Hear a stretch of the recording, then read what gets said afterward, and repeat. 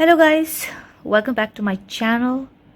जैसा कि आप सभी जानते हैं कि मेरी लास्ट वीडियो में मैंने आपको DECE 2 यानी कि child health and nutrition, Hindi में बाल स्वास्थ्य एवं पोषण का क्वेश्चन पेपर, जो कि MCQ टाइप्स क्वेश्चन पेपर आपको आया था दिसंबर 2025 का, उसके पहले 50 क्वेश्चंस के आंसर मैंने करवा दिए थे, समझा दिए थे और रटवा दिए थे। अब हम आपको करवाने जा रहे हैं अगले 50 क्वेश्चन। जैसे कि आप सभी जानते हैं कि 100 मार्क्स का पेपर आता है, 100 क्वेश्चन होते हैं। 50 हम कर चुके हैं DECE 2 के। अब हम DECE 2 के नेक्स्ट 50 क्वेश्चन करने जा रहे हैं। तो 51 क्वेश्चन देख लेते हैं क्या है, जल्दी जल्दी करेंगे। कि बुखार को शरीर का तापमान डैश से उच्च होने के रूप में परिभाषित किया जाता है।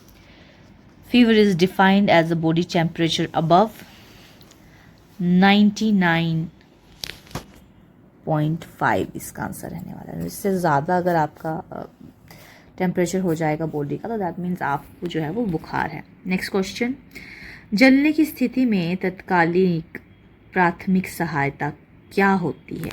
मतलब कोई अगर जल जाए, what is the immediate first aid for Burns, तो उसको क्या फर्स्ट एड देंगे आप? उसको हम क्या करेंगे? इमर्स इन कोल्ड वाटर, ठंडे पानी में डुबोना। तो third will be the right answer. Okay, next question 53, हड्डी टूटने की स्थिति में तत्कालीन प्राथमिक सहायता कैसे देंगे? किसी की हड्डी टूट गई है मान लीजिए, what is the immediate first aid for the fracture? तो आपने क्या करना है ना, ये बहुत प्रैक्टिकल क्वेश्चन है। अगर कभी आपके आसपास किसी की हड्डी टूट जाए, तो आपने टूटी हुई हड्डी को जैसी स्थिति में है वैसे ही रहने देना है उसको, और बिना उसको हाथ लगाए डॉक्टर के पास सीधा उसको ले जाना है। ज़्यादा डॉक्टर बनने की कोशिश मत कीजिए, क्योंकि हड्डी की बात है। तो keep the broken bone in fixed position, उसको फिक्स करें पहले, उसको उसी पोजीशन में होल्ड करें और as it is and take to the doctor. ठीक है, बाकी गर्म पानी से सेक लगाना, ये सब घर में हड्डियों को सही स्थिति में लाना, ये उस अंग की मालिश करना, ये सब ना करने बैठे और ले जाएं उसको डॉक्टर के पास सीधा। निम्नलिखित में से कौन सा बुखार के बारे में सही है? अब इनमें से जो स्टेटमेंट्स आपको दिए गई हैं, उनमें से बुखार के बारे में क्या सही है? बुखार का इलाज नहीं किया जा सकता, बिल्कुल गलत। बुखार हमेशा किसी जीवाणु संक्रमण और वायरल जो बैक्टीरियल संक्रमण के कारण होता है, बिल्कुल गलत। बुखार स्वयं में ही एक रोग है, नहीं, बुखार स्वयं में एक रोग नहीं है। Fever is a symptom of N underlying infection और इलनेस। बुखार शरीर में निहित किसी संक्रमण रोग का लक्षण है, ये एक सिम्टम होता है। बुखार कोई रोग नहीं होता है। That means you have a संक्रमण, you have an infection, you have a bacterial infection inside you, और या फिर कोई आपको पेन्स हो रही हैं, उसका सिम्टम हो सकता है। बुखार आपको अपने आप में एक रोग नहीं है। ये बहुत इंपॉर्टेंट क्वेश्चन है, ये अक्सर पूछ लिया जाता है, तो आपने इसको बहुत ध्यान से पढ़ लेना है। ठीक है, बुखार से ग्रस्त बच्चों की देखभाल के संबंध में निम्नलिखित में से कौन सी एक सुझाई गई विधि नहीं है? Which of the following is not recommended care practice for children who has fever? बच्चे को सदैव ऊन के भारी वस्त्र पहनाए रखें। तो ऐसा नहीं करना चाहिए, ये नहीं है। ठीक है, नॉट रिकमेंडेड केयर, कि उसको बुखार है तो उसको हमेशा वुलन क्लोथ्स ही पहनाए रखें, कि making the child where heavy woollen clothes always. तो दिस वुड बी, मतलब ये नहीं है। नोट आए ना फिर से, तो ये अपने नोट वाले भी ध्यान में रखने हैं। ठीक है, नेक्स्ट क्वेश्चन, पतले दस्त, जिसे चावल के पानी जैसा दस्त या मांड वाली मल भी कहते हैं, इस किसका लक्षण है? ये flecks of mucus and rice water stool is the, ये हैजा का लक्षण है जी।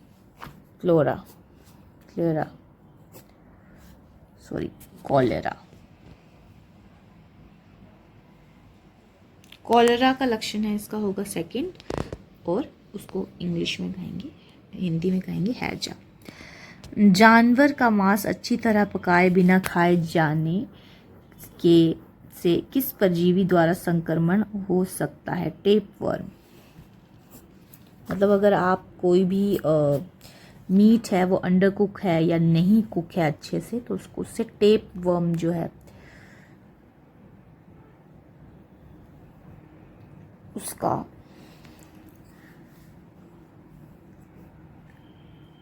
इन्फेक्शन हो सकता है, वो पैरासाइट आपकी बॉडी पे आ सकता है। ठीक है,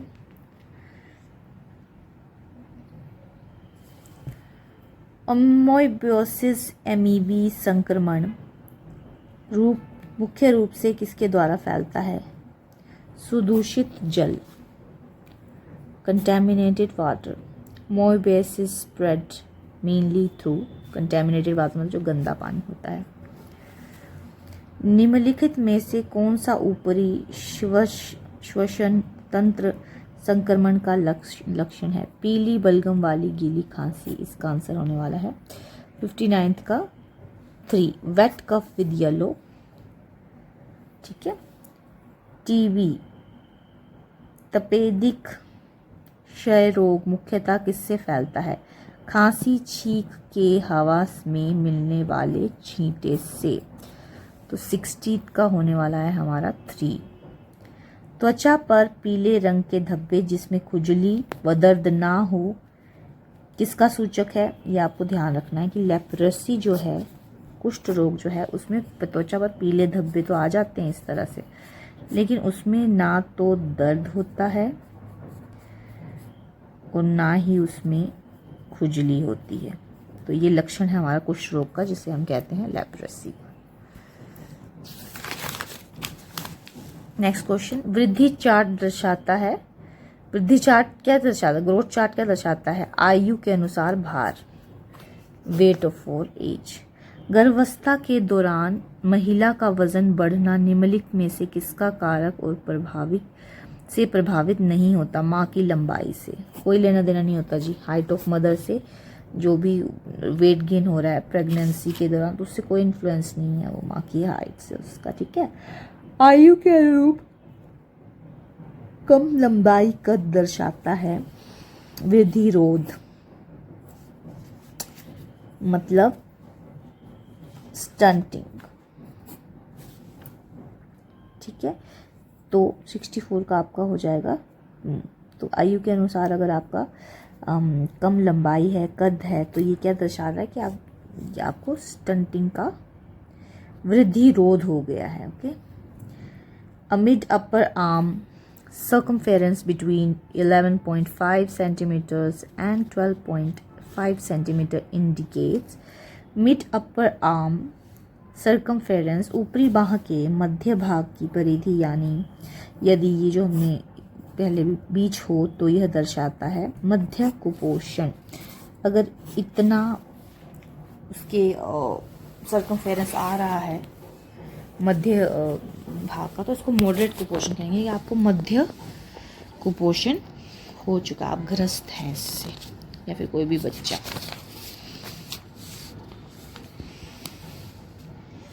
एडिमा जलीय सूजन और मून फेस चेहरे का चंद्राकार होना, और oedema and moon face are indicative of, किसके सूचक हैं ये? क्वाशियोकर, क्वाशियोकर। ठीक है, DODS रणनीति का प्रयोग किसके इलाज के लिए किया जाता है? The DOT strategy is used to curing तपेदिक यानी कि टीबी। तो डॉट स्ट्रैटेजी को ट्यूबरक्लोसिस को क्योर करने के लिए यूज किया जाता है। The full form of RMNCH+A is, ये है जी आपकी R मीन्स रिप्रोडक्टिव, ठीक है, M means maternal, that is मातृक, N means newborn, that is नवजात, सो C मीन्स चाइल्ड यानी कि शिशु, H मीन्स यानी कि H+A एवं किशोर स्वास्थ्य मतलब अडोलसेंस हेल्थ सर्विसेज। तो इसका आंसर होने वाला है second, that is reproductive, maternal, newborn, child, adult and adolescent health services. Okay, next question, पूरक आहार कार्यक्रम का एक उदाहरण बताइए। मध्य भोजन कार्यक्रम, मिड डे मील। तो मिड डे मील आपको पता मिल जाती है, तो ये पूरक आहार कार्यक्रम का एक क्या है? उदाहरण है मिड डे मील। आईसीडीएस कार्यक्रम के अंतर्गत बच्चों को दिए जाने वाले पूरक आहार से उन्हें डैश मिलता है। प्रोटीन का 12 से 15 ग्राम उनको मिल जाता है। तो फर्स्ट क्वेश्चन जो है उसका सही है। ठीक है।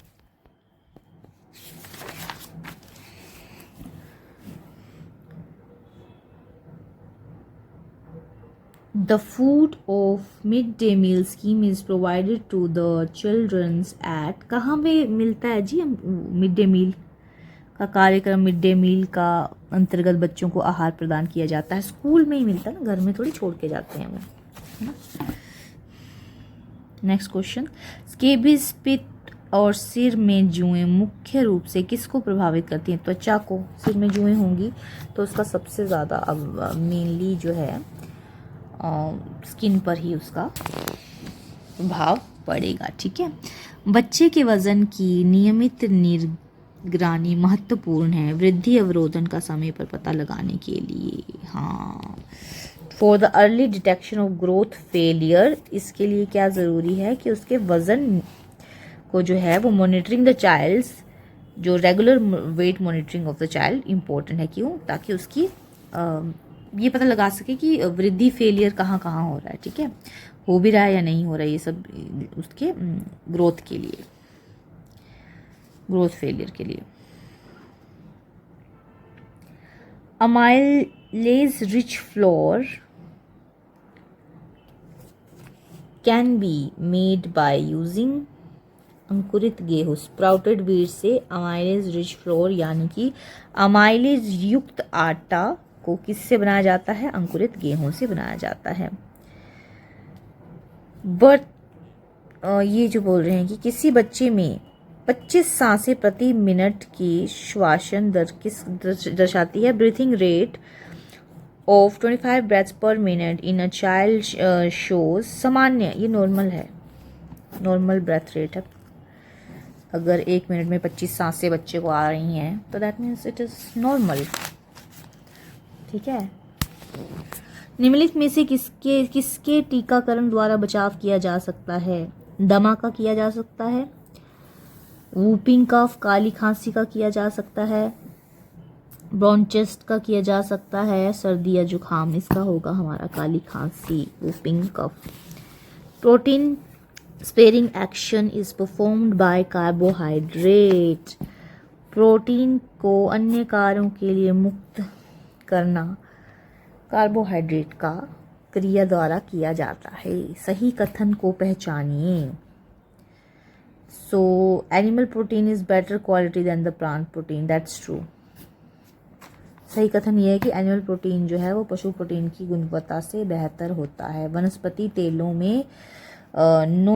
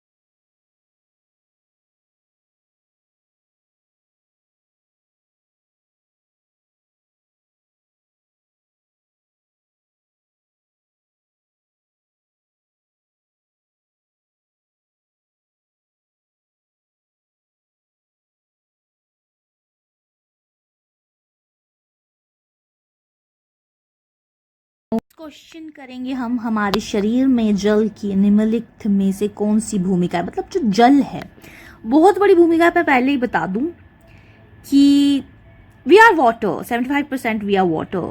सो क्या क्या हो सकता है देखते हैं। Protection against diseases, regulation of body temperature,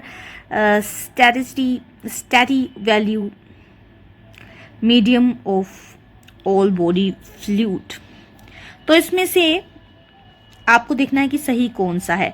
तो शरीर के तापमान को नियंत्रित करता है ये, बी सही है, और डी शरीर के सभी तरल पदार्थों का माध्यम है। तो फोर्थ आपने इसको राइट कर देना है, इंग्लिश का भी और हिंदी का भी।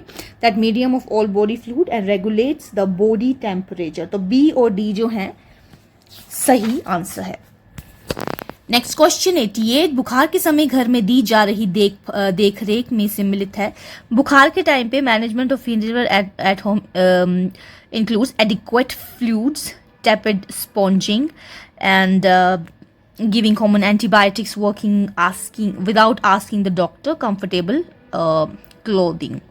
तो इसमें आपको देखना है कि सही जो है, जो कंफर्टेबल क्लोथिंग भी तो सही है यार, बिल्कुल कंफर्टेबल क्लोथिंग आप दे सकते हैं। ये व्यक्ति को आरामदायक कपड़ों में रखना, डी भी सही है। व्यक्ति को डॉक्टर से पूछे बगैर जो है वो सामान्य एंटीबायोटिक दे देना, ये भी हो सकता है। वर्च्यू गुण निभाने से स्पॉन्जिंग करना, जी ये भी हो सकता है। व्यक्ति के को पर्याप्त मात्रा में तरल पदार्थ देना, जी हाँ। देखिए मुझे लगता है कि ये सभी सही हैं, जी बिल्कुल फोर्थ है इसका आंसर, क्योंकि हम जो है ना व्यक्ति को डॉक्टर से पूछे बिना हम एंटीबायोटिक भी दे देते हैं, ठीक है, जो कि सामान्य बुखार के लक्षण में हम घर में भी पड़ी हुई जो दवाई है वो यूज कर सकते हैं, जैसे पैरासीटामोल ले ली है ना। निम्नलिखित में से कौन सा और कथन सही है। गलगंड पहाड़ी क्षेत्रों में एक आम रोग है, ये तो सच है। पहाड़ी क्षेत्रों में की मिट्टी और पानी दोनों आयोडीन की कमी पाई जाती है, ये भी सही है। तो दोनों सही है। जैसे soil and water in hilly areas are deficient in iodine and water is, मतलब गलगंड is more common in hilly region. Yes, क्योंकि जो आयोडीन है that is the thing which is responsible for this disease goitre, दैट इज गलगंड। तो पहाड़ी क्षेत्रों में आयोडीन की कमी पाई जाती है, इसीलिए वहां पे गॉटर नाम की जो डिजीज है वो ज्यादा हो जाती है। तो इसमें हम करेंगे कि ए और बी बोथ आर करेक्ट, ठीक है। थर्ड ऑप्शन हम इसका टिक कर देंगे, ओके। समझ के करने हैं जी। निम्नलिखित कथनों में से कौन सा सही है, ओके। वायरल कॉन्जुगेटिव्स जो हमारी नेत्र श्लेष्मा शोध है आमतौर पर खसरे के दौरान पनपता है, during after measles. Viral conjugative एक दूसरे बच्चों को आसानी से फैल जाता है, ये भी दोनों सही हैं जी, दोनों सही है। ए और बी आप दोनों करेक्ट कर देंगे, हिंदी में भी और इंग्लिश में भी। निम्नलिखित में से कौन सा कथन है। मोतियाबिंद तब होता है जब आंखों का लेंस अपारदर्शी हो जाता है। अपारदर्शी लेंस के कारण प्रकाश की किरणें लेंस से गुजर नहीं पाती हैं, ये भी दोनों सही है, दोनों सही है ये। तो ए और बी दोनों को करेक्ट कर देंगे, जी हाँ। निम्नलिखित में से कौन सा कथन सही है। भेंगापन आंखों की मांसपेशियों में की कमजोरी के कारण होता है, जी हाँ ये सच है। कमजोरी मांसपेशियों के कारण नेत्र गोलक तालमेल समन्वय नहीं रह पाते हैं, जी हाँ बिल्कुल बिल्कुल बिल्कुल, दोनों सही हैं, दोनों सही हैं। भेंगापन आएगा अगर आपकी आंखों की मांसपेशियां जो हैं वो कमजोर होंगी, ठीक है। निम्नलिखित में से कौन, अच्छा ये तो चल ही वही रहा है पैटर्न। बिना दर्द के कान के से श्राव बहना तीव्र दर्द के साथ कान से श्राव बहने से अधिक गंभीर हो सकता है, जी हाँ बिल्कुल ये सच है। बिना दर्द कान का श्राव बहना कान के पर्दे में छेद होने का संकेत है, ये दोनों इंटर रिलेट कर रही हैं, ठीक है। तो ये ए और बी दोनों सही हैं। छेद होगा कान में तो दर्द नहीं होगा, लेकिन वहां से फ्लूइड बहेगा, ठीक है। पेनलेस ईयर डिस्चार्ज होगा वहां से, ठीक है, फ्लूइड टाइप निकलेगा। तो ये जो है वो छेद का कारण है। This two statements are interrelated with each other, ठीक है। अतिसार या दस्त लगना दैट इज डायरिया खतरनाक होता है क्योंकि इससे शरीर में पानी और नमक की कमी हो जाती है। जी हाँ, बिल्कुल हो जाती है। शरीर में पानी की घोर कमी से मृत्यु की संभावना बढ़ जाती है, बिल्कुल बढ़ जाती है। तो ए और बी को हम दोनों को करेक्ट कह देंगे, हिंदी में भी और इंग्लिश में भी। पोषणज एनीमिया शरीर में लौह तत्व या फोलिक अम्ल की कमी से होता है, ये सच है। एनीमिया हाँ लौह तत्व की कमी से होता है, ठीक है। तभी आपको देते हैं ना, आयरन की टैबलेट्स भी देते हैं ज़्यादातर महिलाओं को जिन्होंने गर्भपात किया होता है। वयस्क पुरुषों में खून की कमी अनीमिया होने का सबसे अधिक जोखिम है, ये नहीं है जी। जो पुरुष होते हैं ना उनमें ज़्यादातर एनीमिया की शिकायत नहीं होती है, ये औरतों में ज़्यादा पाई जाती है क्योंकि उन्होंने जन्म भी दिया होता है ना। तो केवल ए सही है, ए को करेक्ट कर देंगे और आगे बढ़ेंगे, ठीक है जी। तैराकी के बाद कान में पानी रहने से फफूंदी का संक्रमण हो सकता है, बिल्कुल हो सकता है। कोई भी फंगल इन्फेक्शन जो है वो हो सकता है। The water retain in the ear after swimming can lead to the fungal infection, बिल्कुल हो सकता है। सर्दी एलर्जी के कारण यूस्टेकी नलिका में सूजन आ जाने से बच्चों को कुछ समय के लिए सुनना बंद हो जाता है, दोनों सही हैं, ए और बी दोनों सही हैं, ठीक है।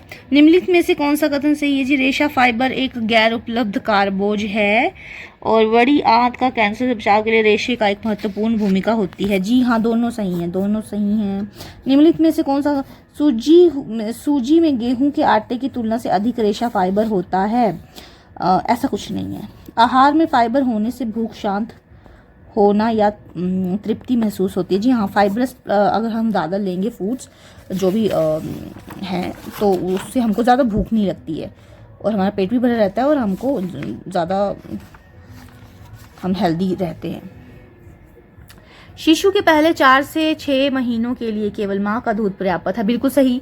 ऊपरी आहार की शुरुआत 1 वर्ष से की जानी चाहिए, सिर्फ एक सही है। ऊपरी आहार मतलब माँ के दूध की जो सेवन है वो 1 वर्ष के बाद से किया जाना चाहिए, बिल्कुल नहीं जी, यही सही है। 6 महीने के लिए तो सिर्फ उसको माँ का दूध ही चलेगा। पाचन प्रक्रिया में भोजन शरीर के किन भागों से होकर गुजरता है? That means arrange the path of food follow in the process of digestion. तो सबसे पहले तो जी हमारा आएगा कि मुंह, दैट इज माउथ, then आहार नली that is oesophagus, और फिर आमाशय that is stomach, and then small intestine. So second would be the right answer, B, A, D, C. तो ये था जी, हमने अपना सारा DECE2 का क्वेश्चन पेपर आपको सॉल्व करवा दिया है। आई होप आप बिल्कुल देख लीजिएगा इसको, इस वीडियो को, बहुत ही इंटरेस्टिंग आपको पता चल जाएगा, एग्जाम का पैटर्न पता चल जाएगा, समझ में आ जाएगा क्योंकि साथ में क्वेश्चन जो है वो समझाए भी गए हैं, हिंदी इंग्लिश दोनों में समझाए गए हैं। और इसी तरह की बहुत ही मीनिंगफुल और बहुत ही उपयोगी और बहुत ही यूज़फुल DECE के बच्चों के लिए वीडियोस रहने वाली है जो मैं आगे भी पोस्ट करती रहूँगी इसी चैनल में। तो इस चैनल को सब्सक्राइब करना बिल्कुल भी ना भूलें। MCQs की तैयारी होगी और फिर नोट्स भी बनाए जाएंगे। सारा मटेरियल आपको इसी एक चैनल पर प्रोवाइड करवाया जाएगा जो कि पेपर में आपके बहुत काम आने वाला है।